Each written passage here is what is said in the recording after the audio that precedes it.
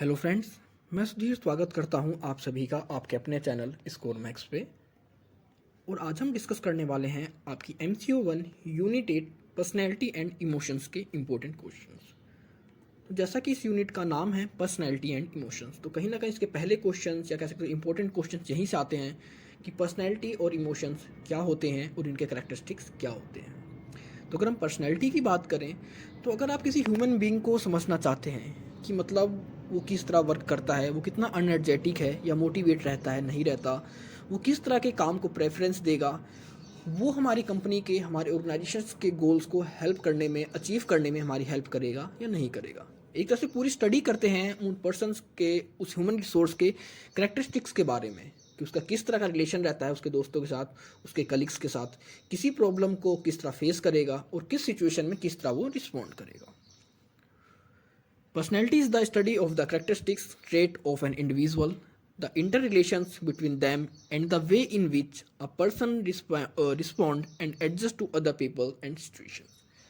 अगर हम करेक्टरिस्टिक्स की बात करें पर्सनैलिटी की, तो इसके हमारे पास कुछ 7 करेक्टरिस्टिक्स हैं। तो सबसे पहला है personality refers to both physical and psychological qualities of an individual. हम पर्सनैलिटी में ये नहीं कहेंगे कि सिर्फ पर्सन की किसी को हम फिजिकली देख कर बात करें, उसके अपीयरेंस की बात करें, इसके साथ ही उसका जो साइकोलॉजिकल क्वालिटीज़ होती हैं उनकी भी बात करते हैं या उनको भी रेफर किया जाता है पर्सनैलिटी के अंदर। दूसरा है it is unique in the sense that no two individuals are same terms of their. इसमें ये भी होता है कि आपके जो भी कोई दो अलग अलग पर्सनस हैं वो कभी भी एक जैसे नहीं हो सकते पर्सनैलिटी में, उनकी पर्सनैलिटी में कुछ ना कुछ चेंज जरूर होएगा। Personality is the manner of adjustment of individual to the organisations, environment and the group. तो क्या है, पर्सनैलिटी के थ्रू ही आप किसी ऑर्गेनाइजेशन में जो इंडिविजुअल होता है वो एडजस्ट हो पाता है, चाहे उस ऑर्गेनाइजेशन में हो या वहाँ के इन्वायरमेंट में हो या वहाँ के ग्रुप्स में हो। नेक्स्ट है, ये आपका एक क्वालिटेटिव एस्पेक्ट है। Certain technologies exist to quantify its indirectly। तो मतलब क्या है, पर्सनैलिटी इसको तरह से हम कह सकते हैं क्वांटिटी के रूप में भी देख सकते हैं कि किसकी पर्सनैलिटी कितनी बेटर है, उसको हम नंबरिंग के हिसाब से भी देख सकते हैं कि किसकी पर्सनैलिटी बेटर है और किसकी कम है। एक तरह से हम इसकी रेटिंग भी कर सकते हैं। Personality is dynamic. अब डायनामिक का मतलब क्या है, आपकी जो पर्सनैलिटी होती है day by day, time by time, situation bye situation वो चेंज होती रहती है। ये नहीं है कि जैसी पर्सनैलिटी आपकी आज है वैसी पर्सनैलिटी आपकी आज के 10 साल बाद या आपके 1 महीने बाद भी हुए। नेक्स्ट है, पर्सनैलिटी इज़ अ सिस्टम। क्या है, पर्सनैलिटी एक सिस्टम है। इसके अंदर हम देखते हैं कि किस तरह हम इनपुट को लेते हैं, किसी चीज़ को हम किस तरह देख रहे हैं, ऑब्जर्व कर रहे हैं, फील कर रहे हैं, उसके बाद हम किस तरह उस चीज़ की प्रोसेसिंग करते हैं और उसके बाद हमारी जो पर्सनैलिटी है उसको किस तरह शो ऑफ करती है। नेक्स्ट है, personality influence goals, achievements and performance of an individual. तो आपकी जो पर्सनैलिटी है वो इन्फ्लुएंस करेगी कि आपका किस तरह आप अपने गोल्स को अचीव करते हैं, आपका परफॉर्मेंस कैसा होगा किसी भी ऑर्गेनाइजेशन के अंदर। तो ये था आपका personality and it's characteristics. Next आता है discuss the determinants of personality, कि जो भी हमारी पर्सनैलिटी को डिटरमाइन करते हैं वो कौन कौन से फैक्टर्स हैं, कौन कौन से पॉइंट्स हैं। तो नॉर्मली हमारे यहाँ पर कह सकते हैं 4 से 5 फैक्टर्स हैं जिनके बारे में बात करेंगे। तो सबसे पहले कौन से डिटरमिनेंट्स हैं हमारे पास, बायोलॉजिकल फैक्टर्स। बायोलॉजिकल फैक्टर्स कहीं ना कहीं आपकी पर्सनैलिटी को डेवलप करते हैं, उसको बनाते हैं। क्योंकि जब हम one generation to another generation कह सकते हैं, हमारा जो बर्थ होता है पेरेंट्स से बच्चों में, बच्चों से उसके नेक्स्ट वंस में, कुछ चीज़ें होती हैं जो हेरिडिटी के थ्रू या कह सकते हैं जीन्स के थ्रू ट्रांसफ़र हो जाती हैं, तो उनसे भी हमारी पर्सनैलिटी डेवलप होती है। अब अगर हम किसी की पर्सनैलिटी की बात करें, अगर किसी के पेरेंट्स बहुत ज़्यादा लंबे हैं तो उनका जो न्यू वंस होएगा या जो बच्चा होएगा वो भी लंबा ही होएगा, क्योंकि उसे वो चीज़ अपनी हेरिडिटी से मिली है। अब इसके साथ ही हम बात करें कि इसके अंदर बहुत सारी चीज़ आ जाती है हेरिडिटी के अंदर, इंटेलिजेंस लेवल, स्किल्स, एबिलिटी, या कह सकते हैं जो उसका मसल जो कंपोजिशंस हैं, स्किन कलर है, हेयर कलर है, आई बॉल्स हैं या स्किन कलर है, मतलब बहुत सारी चीज़ें हैं जो कि हम अपने पेरेंट्स से नेक्स्ट जनरेशन में ट्रांसफ़र होती हैं, जो कि हमारी पर्सनैलिटी को डेवलप करती हैं। नेक्स्ट है इसी के अंदर बायोलॉजिकल के अंदर, तो सबसे पहला पॉइंट है बायोलॉजिकल के अंदर हेरिडिटी। दूसरा आता है आपका ब्रेन। अब ब्रेन में क्या है कि ये भी आपके बायोलॉजिकल फैक्टर्स को, मतलब बायोलॉजिकल फैक्टर्स के थ्रू आपका जो ब्रेन होता है वो इन्फ्लुएंस होता है कि किसी कंडीशन में आप किस तरह सोचोगे, आप किसी सिचुएशन में किसी प्रॉब्लम को किस तरह फेस करोगे। तो ये भी कहीं ना कहीं आपके बायोलॉजिकल फैक्टर्स से ही हमारा इन्फ्लुएंस होता है ब्रेन। अगर किसी के कहते हैं कि पेरेंट्स बहुत ज़्यादा होशियार हैं, बहुत ज़्यादा टैलेंटेड हैं, तो कहीं ना कहीं उसके जो नेक्स्ट जनरेशन होती है वो भी उन्हीं चीज़ों को फॉलो अप करती है, कुछ ना कुछ इफेक्ट उसमें भी देखा जाता है। नेक्स्ट आपका फिजिकल फीचर्स। अब फिजिकल फीचर्स है कि इंसान किस तरह दिखता है, कितनी हाइट है, कितना कलर है, कितना फेशियल कॉम्प्लेक्शन है, अट्रैक्शन है, मसल स्ट्रेंथ है, ये सभी चीज़ें भी हमारी पर्सनैलिटी की एक तरह से, क्योंकि पर्सनैलिटी ये नहीं है सिर्फ हमारी साइकोलॉजिकल थिंकिंग को हम देखते हैं, इसके अंदर हम उस इंडिविजुअल की जो आउटर अपीयरेंस होती है उसको भी देखते हैं। तो इसके अंदर आपका फिजिकल फीचर्स आएगा। तो ये तो आपके बायोलॉजिकल फैक्टर्स के अंदर आते हैं जो कि हमारी डिटरमाइन करते हैं पर्सनैलिटी को। अब इसके बाद आता है इन्वायरमेंटल फैक्टर्स। अब इन्वायरमेंटल फैक्टर्स के अंदर देखेंगे कि हमारा जो भी इंडिविजुअल है वो किस तरह की सोसाइटी में रह रहा है, उसकी सोसाइटी के कैसे कल्चर्स हैं, उस सोसाइटी में देखेगा कि अगर किसी को कोई प्रॉब्लम आती है तो किस तरह से डिसीजन लिए जाते हैं वहाँ पर, क्या वो इंडिपेंडेंस हैं सारे या नहीं है, उनके बीच में किस तरह का कंपटीशन होता है, कोऑपरेशन है उनकी सोसाइटी में या नहीं है। तो ये सभी चीज़ें अपनी सोसाइटी से देखते सीखते हैं, क्योंकि कहते हैं जिस तरह की हमारी जो कंपनी का असर हर पर्सन पे पड़ता है तो उसी तरह, और जब असर पड़ेगा तो वो कहीं ना कहीं हमारी पर्सनैलिटी को भी इफ़ेक्ट करेगा। तो इसके अंदर आप ये कह सकते हैं आपके नॉर्म्स आ सकते हैं सोसाइटी के, आपकी वैल्यूज़ आ सकती हैं, आपके कल्चर्स आ सकते हैं, या कौन सी चीज़ आपकी सोसाइटी में एक्सेप्टेबल है, एक्सेप्टेबल नहीं है, किस तरह का एटीट्यूड है आपकी सोसाइटी का, क्या कोऑपरेशन है, वो सभी चीज़ें। नेक्स्ट है फैमिली फैक्टर्स। अब फैमिली फैक्टर्स के अंदर बात करें तो फैमिली फैक्टर्स के अंदर हम देखेंगे कि हमारा सोशलाइजेशन प्रोसेस किस तरह हुआ है, हमारा बर्थ ऑर्डर किस तरह का है, हमारी आइडेंटिफिकेशन प्रोसेस किस तरह की है, तो इन सभी चीज़ों के बारे में बात करेंगे। तो अगर हम सोशलाइजेशन प्रोसेस के बारे में बात करें तो बच्चा जब भी एक तरह से जन्म लेता है इन्फेंट प्रोसेस में होता है, वहाँ से लेकर जब तक वो ग्रोथ उसका मतलब बड़ा नहीं हो जाता, वो अपनी कह सकते हैं उस एज तक नहीं पहुँच जाता जहाँ पर वो कम्प्लीटली डेवलप हो जाए, डेवलपमेंट हो जाए। तो उस प्रोसेस में तब तक के टाइम पीरियड के बीच में उसका किस तरह बिहेवियर रहा है उसकी सोसाइटी का उसके साथ। अगर सोसाइटी का उसके साथ बहुत ही लविंग कह सकते हैं लविंग बिहेवियर होता है, शेयरिंग बिहेवियर होता है, केयरिंग का बिहेवियर होता है, तो कहीं ना कहीं वो उन सभी चीज़ों को अपने पर्सनैलिटी में भी इंक्लूड करता रहता है। और जो बिहेवियर उसे अच्छे लगते हैं, जो बिहेवियर उसकी फैमिली को एक्सेप्टेबल होते हैं, फेवरेबल लगते हैं, वो उन बिहेवियर को बच्चे के अंदर और भी ज़्यादा कह सकते हैं एनकरेज करते हैं बढ़ाने के लिए। दूसरा है आइडेंटिफिकेशन प्रोसेस, आपका फैमिली फैक्टर्स के अंदर ही आता है। अब इसमें अंदर देखते हैं कि जो बच्चा होता है वो बचपन से ही देखता है, अपने आप को पहचानता है, कुछ लोगों को पहचानने लग जाता है अपनी फैमिली के, और वो कोशिश करता है कि उन्हीं की तरह, उनको अपना एक रोल मॉडल मानता है और उन्हीं की तरह कह सकते हैं एक्ट करना शुरू कर देता है। जैसे वो अपने फादर को देखेगा तो बात करेगा कि मैं जॉब जा रहा हूँ, मैं ड्यूटी कर रहा हूँ, या मैं काम कर रहा हूँ। इस तरह की कुछ ना कुछ उनकी एक्टिविटीज़ देखी जाती है बच्चों में। अगर हम उनकी मदर्स के थ्रू उनका देखें तो वो करते हैं कि वो जैसे खाना बना रहे हैं, किचन का वर्क कर रहे हैं, घर की सफाई कर रहे हैं। तो यहाँ पर ये सभी चीज़ें भी उनकी पर्सनैलिटी को डेवलप करती हैं। नेक्स्ट है आपका बर्थ ऑर्डर। बर्थ ऑर्डर के अंदर बात करेंगे कि आपका अगर जैसे बर्थ हुआ है तो उसके बाद क्या आपको कितनी इंपॉर्टेंस मिल रही है आपकी फैमिली के अंदर, आपकी फैमिली आपके साथ कोऑपरेटिव है या नहीं है, आप डिपेंडेंट हैं या कह सकते हैं आप सेल्फ डिपेंडेंट है या किसी और की डिपेंडेंट है, एनेक्सिटी का क्या लेवल है आपके साथ। क्योंकि अगर आपके साथ कोई कोऑपरेट नहीं करेगा, आपको एक तरह से केयरिंग बिहेवियर वहाँ नहीं मिलेगा, तो आपकी जो एनेक्सिटी है वो कहीं ना कहीं इंक्रीज हो जाएगी। तो ये सारे होते हैं हमारे फैमिली फैक्टर्स जो कि हमारी पर्सनैलिटी को डिटरमाइन करते हैं। नेक्स्ट है हमारा सिचुएशनल फैक्टर्स। सिचुएशनल फैक्टर्स के अंदर हम देखते हैं कि नॉर्मली अगर कोई सिचुएशन आती है, क्योंकि अगर कोई भी हम अगर आज के टाइम में बात करें तो प्रॉब्लम्स का ये नहीं होता है कि वो फिक्स है कि आपको इसी टाइम पर आपके सामने प्रॉब्लम्स आएगी।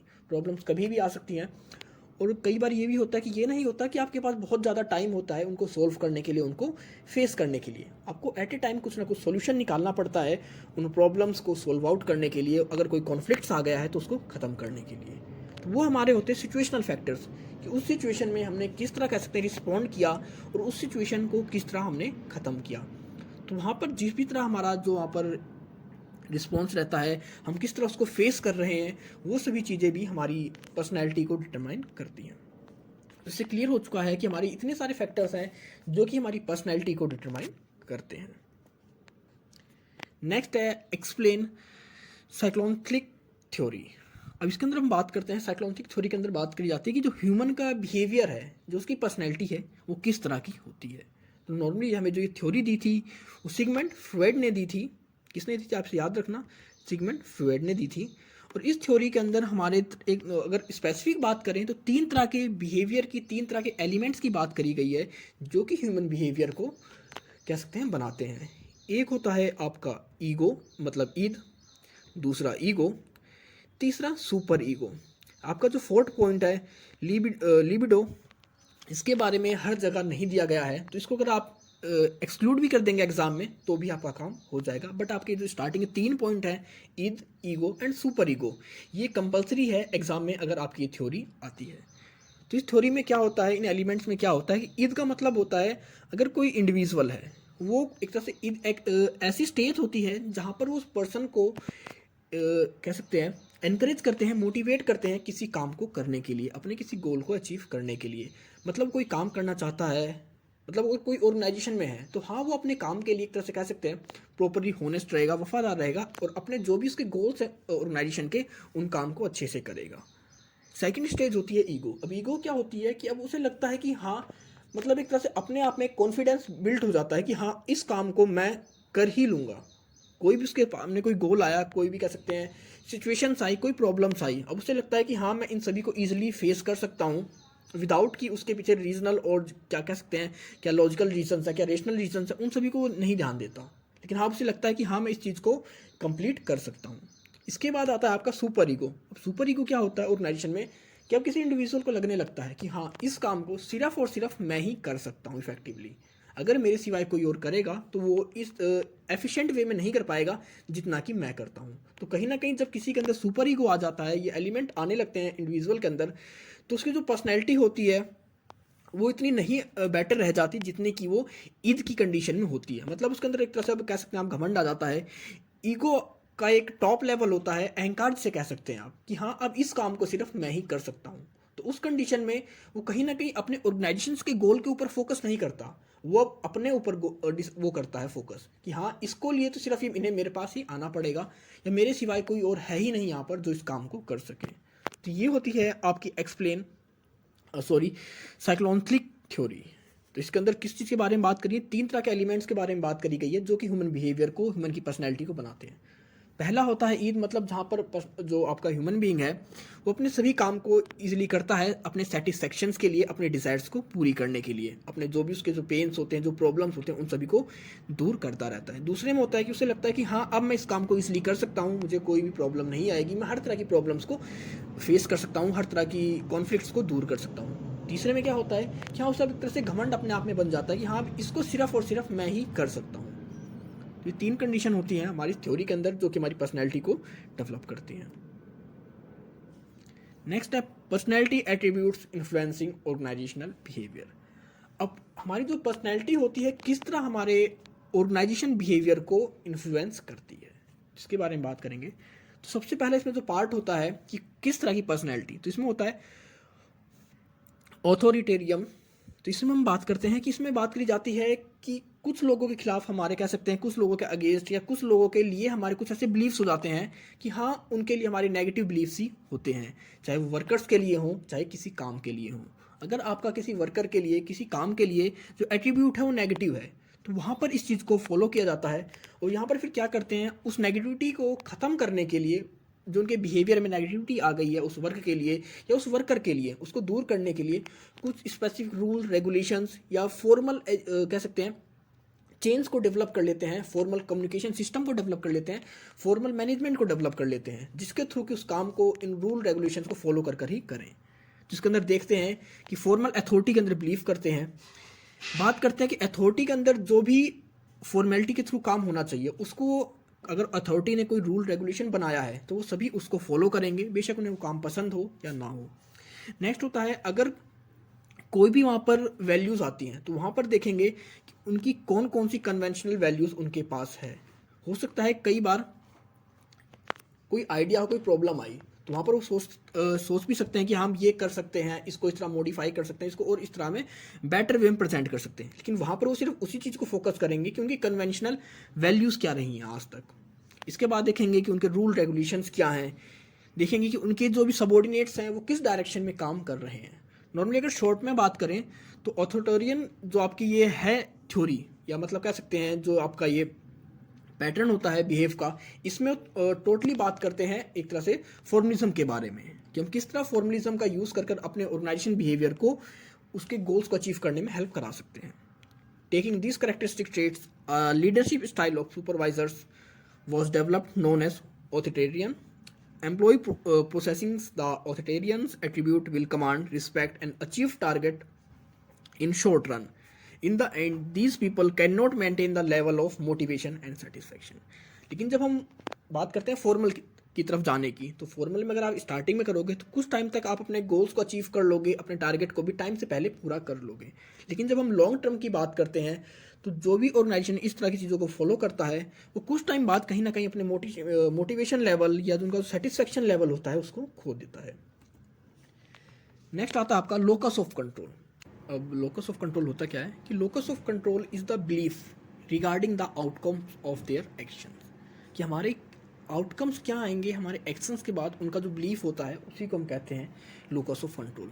हमारे आउटकम्स किस किस तरह से आएंगे, हो सकता है हमारे इंटरनल बिलीफ्स हो या एक्सटर्नल बिलीफ्स हो. Certain people believe that their skills and abilities influence the outcome of the action. अब कुछ लोग सोचते हैं, बिलीव होता है उनका कि उनकी स्किल्स और एबिलिटीज़ इन्फ्लुएंस करेंगी उनके आउटकम को, कि जैसी स्किल्स होंगी जैसी एबिलिटीज़ होंगी वैसा ही उनका रिजल्ट आएगा. Others believes that some external factors like faith और chance influence their result. और इसी के साथ कुछ और लोग क्या बिलीव करते हैं कि कुछ एक्सटर्नल फैक्टर्स होते हैं जैसे कि आपका फेथ और चांस, ये आपके रिजल्ट को इन्फ्लुएंस करते हैं. कि हो सकता है अगर किसी को चांस मिल गया और अगर उसकी फेथनेस ज़्यादा है तो उसके रिजल्ट को वो इम्प्रूव करेगा, उसको इफेक्ट करेगा. Individual who believe that they control what's happen to them are called internals. अब कुछ ऐसे सोचते हैं, कुछ का ऐसा बिलीव होता है कि अगर कोई इंटरनल फैक्टर्स है वो आप मतलब अपने आप को कंट्रोल कर सकते हैं कि जो भी उनके लाइफ में हो रहा है, जो भी उनके थ्रू काम किया जा रहा है, तो उनको तुम कहते हैं internals. And individuals who believe that what happens to them is controlled by outside forces. और कुछ सोचते हैं कि हम जो भी करते हैं उसे कोई आउटसाइड फोर्स उसको कंट्रोल करती है. जैसे आउटसाइड फोर्स कौन सी होगी, जैसे कि आपका लक, चांस, तो इसे हम कह सकते हैं एक्सटर्नल्स. तो दो तरह की फोर्सेस के ऊपर डिपेंड करते हैं, वो सोचते हैं कि उनके किस तरह के आउटकम्स होंगे. एक होती है इंटरनल फैक्टर्स या फोर्सेस और दूसरी होती है एक्सटर्नल. अब इसके अंदर कुछ पॉइंट्स की बात करी गई है जिनके अंदर इंटरनल और एक्सटर्नल्स दोनों इंक्लूड हैं. अब एब्सेंटिज्म की बात करते हैं.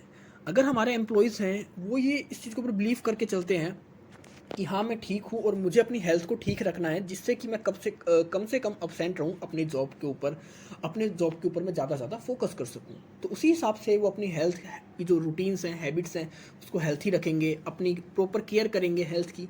तो उस कंडीशन में वो कम से कम बीमार होंगे और अगर कभी उन्हें थोड़ा बहुत सिकनेस होती भी है तो भी उस चीज़ को इग्नोर कर अपने वर्क के ऊपर फोकस करेंगे, उसे वैल्यू देते हैं. दूसरा होता है turnover. With respect to turnover, internals tend to take action and thus might be expected to quit the job more readily, but they tends to be more successful on the job and more satisfied. अब turnover की बात करें तो यहाँ पर बात करते हैं कि उनका टर्नओवर कैसा है. जैसा टर्नओवर होगा तो उसके हिसाब से ही काम करते हैं. अगर उनका लगता है कि उनका टर्नओवर ज़्यादा है तो वहाँ पर ज़्यादा फोकस करेंगे, ज़्यादा काम करेंगे, ज़्यादा मेहनत करेंगे. अगर उनका टर्नओवर कम है तो उसके हिसाब से कम काम करेंगे. नेक्स्ट होता है डिसीजन मेकिंग. डिसीजन मेकिंग के अंदर हम बात करते हैं कि उनको किस किस तरह के कह सकते हैं मौके दिए जा रहे हैं उनके डिसीजन से रिलेटेड. People having external focus locus of control are more oriented towards intuitive decision making. On the other hand, internal consider more information before taking decision. They are motivated by achievements. They would be like to control the outcomes of the decisions. अब decision making में क्या होता है कि वो किस तरह से डिसीजन लेंगे, वो देखेंगे उनका प्रीवियस रिकॉर्ड क्या रहा है, उनके प्रीवियस अचीवमेंट्स क्या रहे हैं, उन सभी चीज़ों को देखकर ही वो अपने डिसीजंस को लेते हैं. मोटिवेशन. अब मोटिवेशन में देखेंगे कि किस तरह हमारे जो भी एम्प्लॉयज़ होते हैं उनको किस तरह मोटिवेट किया जा सकते हैं. अगर वो अपने मोटिवेशन लेवल को अचीव कर लेंगे तो कहीं ना कहीं अगर वो अपने लेवल को अचीव करेंगे तो उनका जो सेटिस्फेक्शन लेवल है वो भी बढ़ेगा. और वो किस तरह बढ़ाएंगे, उनको रिवॉर्ड्स देकर, उनको एक तरह से मोटिवेट कर उनको हायर रिस्पॉन्सिबिलिटीज़ देकर, पावर्स देकर. और जब वो मोटिवेट होंगे तो कहीं ना कहीं हमारा जो ऑर्गेनाइजेशन का बिहेवियर है या जो भी इन्वायरमेंट है उसको भी वो इनक्रेज करेंगे. नेक्स्ट आपका जॉब सेटिस्फेक्शन. अब जॉब सेटिस्फेक्शन में देखते हैं कि अगर कोई भी आपका एम्प्लॉई है वो आपकी जॉब से सेटिस्फाई नहीं है या आपके बिलीफ में, आपकी जो भी पॉलिसीज़ हैं, आपके जो बिलीफ्स हैं उनमें बिलीव नहीं करता वो आइडियल्स के अंदर, तो उस कंडीशन में वो आपकी ऑर्गेनाइजेशंस के लिए इतना बेटर वे में काम नहीं कर पाएगा। लेकिन अगर वो जॉब से सेटिस्फाई है अपनी, तो वो ज़्यादा से ज़्यादा आउटकम्स देगा आपके रिजल्ट्स को या आपके जो भी गोल्स हैं उनको अचीव करने के लिए। तो ये आपका जॉब सेटिस्फेक्शन। नेक्स्ट है साइकोलॉजिकल कमिटमेंट। अब अगर इसके अंदर हम बात करें कि आपके जो एक्सटर्नल्स होते हैं वो बहुत कम इन्वॉल्व होते हैं, मतलब हमारे जो हम बात करते थे कि लक की, वो सारे इसके अंदर बहुत कम होते हैं। इसके अंदर जो कमिटमेंट होती है आपकी मैक्सिमम इंटरनल पोजिशमेंट की होती है, मतलब किस तरह की हमारी स्किल्स हैं, किस तरह हम अपने आप के ऊपर बिलीव कर रहे हैं, अपने रिजल्ट्स के ऊपर कि हाँ हमें पता है अगर मैं चाहूँगा तो इस रिजल्ट को बेटर से बेटर कर सकता हूँ। इसके ऊपर कोई और इफेक्ट नहीं करेगा, बल्कि इस पर मेरी स्किल्स, मेरी एबिलिटीज़, मेरी एफिशिएंसी ही इस काम को बढ़ाएंगी। और लास्ट पॉइंट आता है आपका इसके अंदर का सोशल इंटरेक्शन, कि हमारा किस तरह इंटरेक्शन है हमारे ऑर्गेनाइजेशन के अंदर, किस तरह हमें कोई रिस्पॉन्सिबिलिटी दी गई है, किस तरह हमारा रिलेशनशिप्स है, या किस तरह की हमारी जो सेल्फ स्टीम नीड्स हैं उनको पूरा किया गया है उस ऑर्गेनाइजेशन के थ्रू। नेक्स्ट है मैचिवलिनिज्म। तो अगर हम मैचिवलिनिज्म की बात करें तो इसके अंदर बात करते हैं कि the term refers to the degree of individual effort to gain control over organisational task. इसके अंदर देखते हैं कि वो ज़्यादा से ज़्यादा किस तरह से हार्डवर्क करें, ज़्यादा से ज़्यादा कंट्रीब्यूशन करें कि जिसके थ्रू कि उनका जो ऑर्गेनाइजेशन है उसके अंदर जो पार्टिसिपेशन है, जो कंट्रोल है वो बढ़ता रहे। मतलब एक तरह से कह सकते हैं यहाँ पर वो पावर्स के लिए काम करते हैं कि हाँ उन्हें अपनी एक वैल्यू चाहिए, एक रेपुटेशन चाहिए, एक सेल्फ स्टीम नीड्स को पूरी करने के लिए। वो चाहते हैं कि हम ज़्यादा से ज़्यादा एफर्ट करते हैं, क्योंकि जो जितना एफर्ट करेगा ऑर्गेनाइजेशंस के लिए, उनके प्रॉफिट के लिए, उनके गोल्स को अचीव करने के लिए, उसका उतना ही ज़्यादा कह सकते हैं कंट्रोल होता है ऑर्गेनाइजेशनल टास्क के अंदर। नेक्स्ट आपका सेल्फ स्टीम। अब सेल्फ स्टीम में हम बात करेंगे कि वो आपका जो भी ऑर्गेनाइजेशन का वर्क है या जो भी है वो उसको पसंद करता है या नहीं करता, क्या आपकी जो भी डिज़ायर्स है सक्सेस की वो उससे रिलेटेड हैं या नहीं है। अगर आपको लगता है कि आप सेल्फ स्टीम पर्सन हैं और आपकी ऑर्गेनाइजेशन की नीड के बाद ही आपकी नीड्स पूरी हो पाएंगी, आप अगर आपका ऑर्गेनाइजेशन कह सकते हैं प्रॉफिट गेन करेगा तो आप भी प्रॉफिट करोगे, अगर आपका ऑर्गेनाइजेशन सक्सेस होएगा तो आप भी कहीं ना कहीं सक्सेस होगे। तो उस कंडीशन में होता है कि हमारी सेल्फ स्टीम नीड्स क्या हैं, तो उन सभी को देखते हैं यहाँ पर। तो इसके अंदर नॉर्मली जो बात करते हैं सेल्फ स्टीम नीड्स के अंदर, ये बात करते हैं कि हम किस तरह अपनी स्किल्स को, एबिलिटीज़ को बढ़ाएं उस जॉब्स की सक्सेस के लिए, क्योंकि जब जॉब के थ्रू वो सक्सेस होंगे, जॉब में प्रॉफिट होएगा, उनका जो एक कह सकते हैं लेवल होता है वो इंक्रीज़ होएगा, तो कहीं ना कहीं उनकी जो पर्सनल लाइफ है, जो सेल्फ स्टीम है, वो भी अपने आप सेटिस्फाई होने लगेगी। नेक्स्ट है सेल्फ मॉनिटरिंग। अब सेल्फ मॉनिटरिंग होता है कि इसमें खुद को देखते हैं अपनी अलग अलग सिचुएशंस के अंदर कि कौन कौन सी सिचुएशंस के अंदर वो अपने आप को किस तरह कन्वर्ट कर रहे हैं, किस कंडीशंस में वो क्या कर रहे हैं, और किस बिहेवियर के थ्रू उन्हें कितना कह सकते हैं प्रॉफिट हुआ, कितना लॉस हुआ। यहाँ पर वो अपने एक तरह से कह सकते हैं अपनी खुद की उनकी पूरी ऑब्जर्वेशन होती है अपने ऑर्गेनाइजेशन के अंदर, अपनी अलग अलग सिचुएशंस के अंदर, किस सिचुएशन में उन्होंने किस चीज़ को अडॉप्ट किया, उस सभी चीज़ से रिलेटेड। और लास्ट होता है आपका रिस्क टेकिंग एटीट्यूड। अब रिस्क टेकिंग एटीट्यूड क्या होता है कि कुछ पर्सन्स की एक पर्सनैलिटी होती है कि वो बहुत ज़्यादा रिस्क लेते हैं।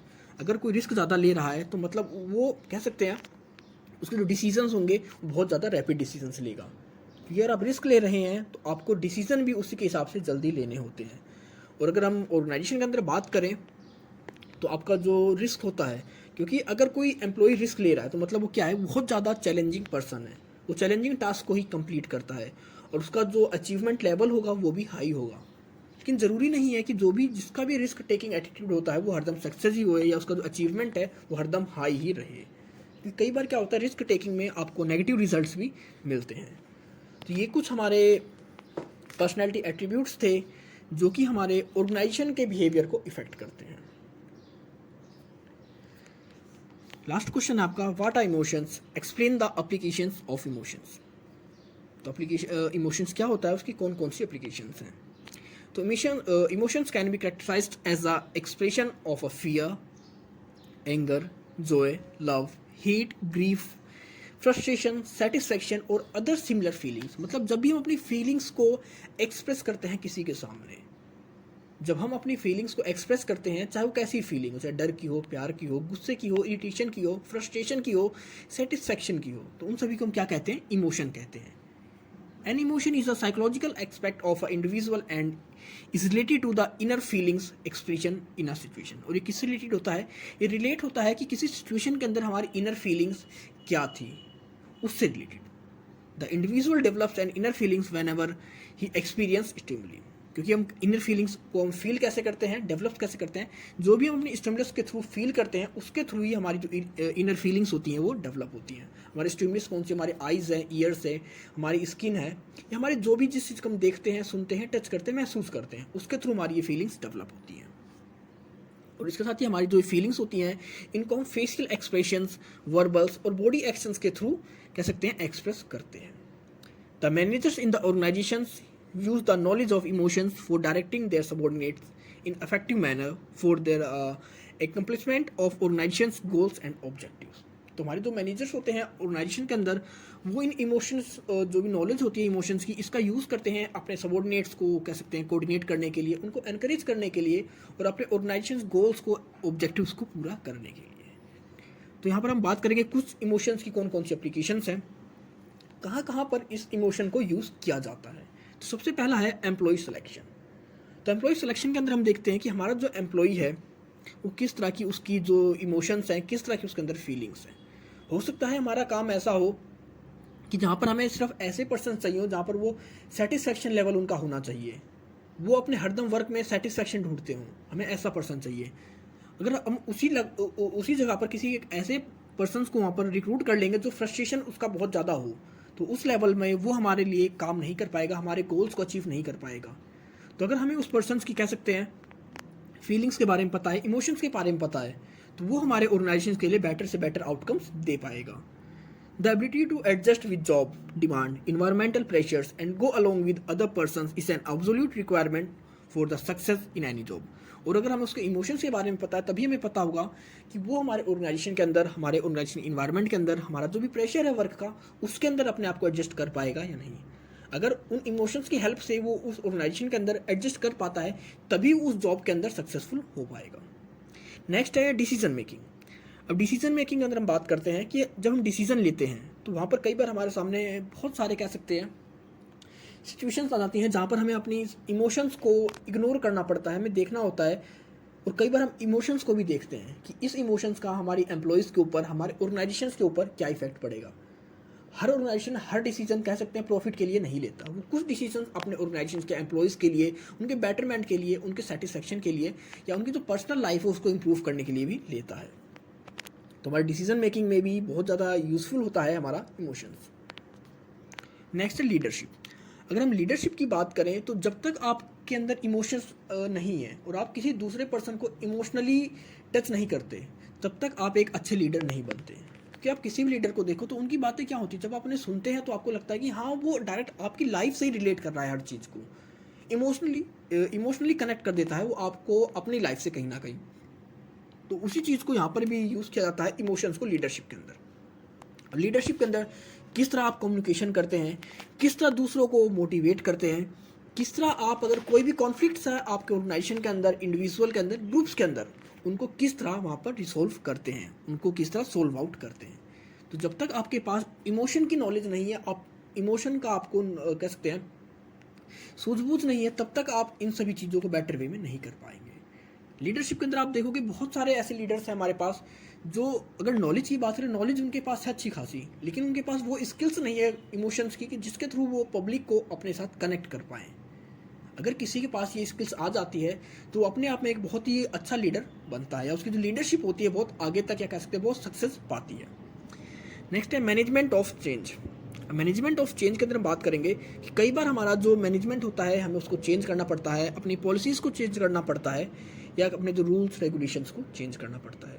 तो कहीं ना कहीं हमारे जो इमोशंस होते हैं, अगर हम किसी ऑर्गेनाइजेशन में काम कर रहे हैं तो हमारे कुछ इमोशंस होते हैं उस ऑर्गेनाइजेशन के साथ, वहाँ के रूल्स के साथ, वहाँ के एथिक्स के साथ वो जुड़ जाते हैं अगर लंबे टाइम तक हम काम करते हैं.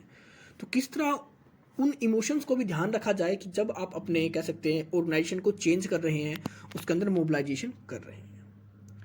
लास्ट आपका डेविएंट वर्क प्लेस बिहेवियर. अब इसके अंदर हम बात करेंगे emotions influence the mood and consequently employees engage in voluntary actions and deviations of norms, rules, authority and cause damage to the property of the organizations.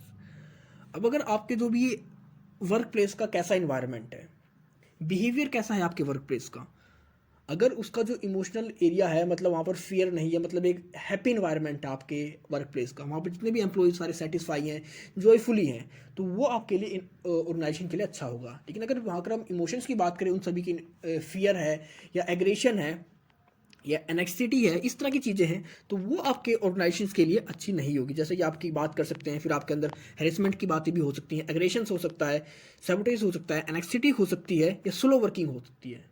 मतलब काम तो सारे करेंगे वो, लेकिन उस फॉर्म में नहीं करेंगे जिसके थ्रू कि आपके ऑर्गेनाइजेशन को ज़्यादा से ज़्यादा बेनिफिट हो सके। तो ये कुछ एप्लीकेशंस थी हमारे इमोशंस की, जहाँ पर इसका यूज़ किया जाता है। तो ये आपके इंपॉर्टेंट क्वेश्चंस खत्म होते हैं यूनिट 8 के। आई होप आपको सब कुछ समझ में आ गया होगा। अगर आपको कोई इशू है, कोई डाउट है, तो आप कमेंट सेक्शन में कमेंट कर सकते हैं, नहीं तो आप मुझे मेरे इंस्टाग्राम अकाउंट पर भी फॉलो कर सकते हैं। तो मिलते हैं जल्दी एक नई वीडियो के साथ, तब तक के लिए take care, good bye friends.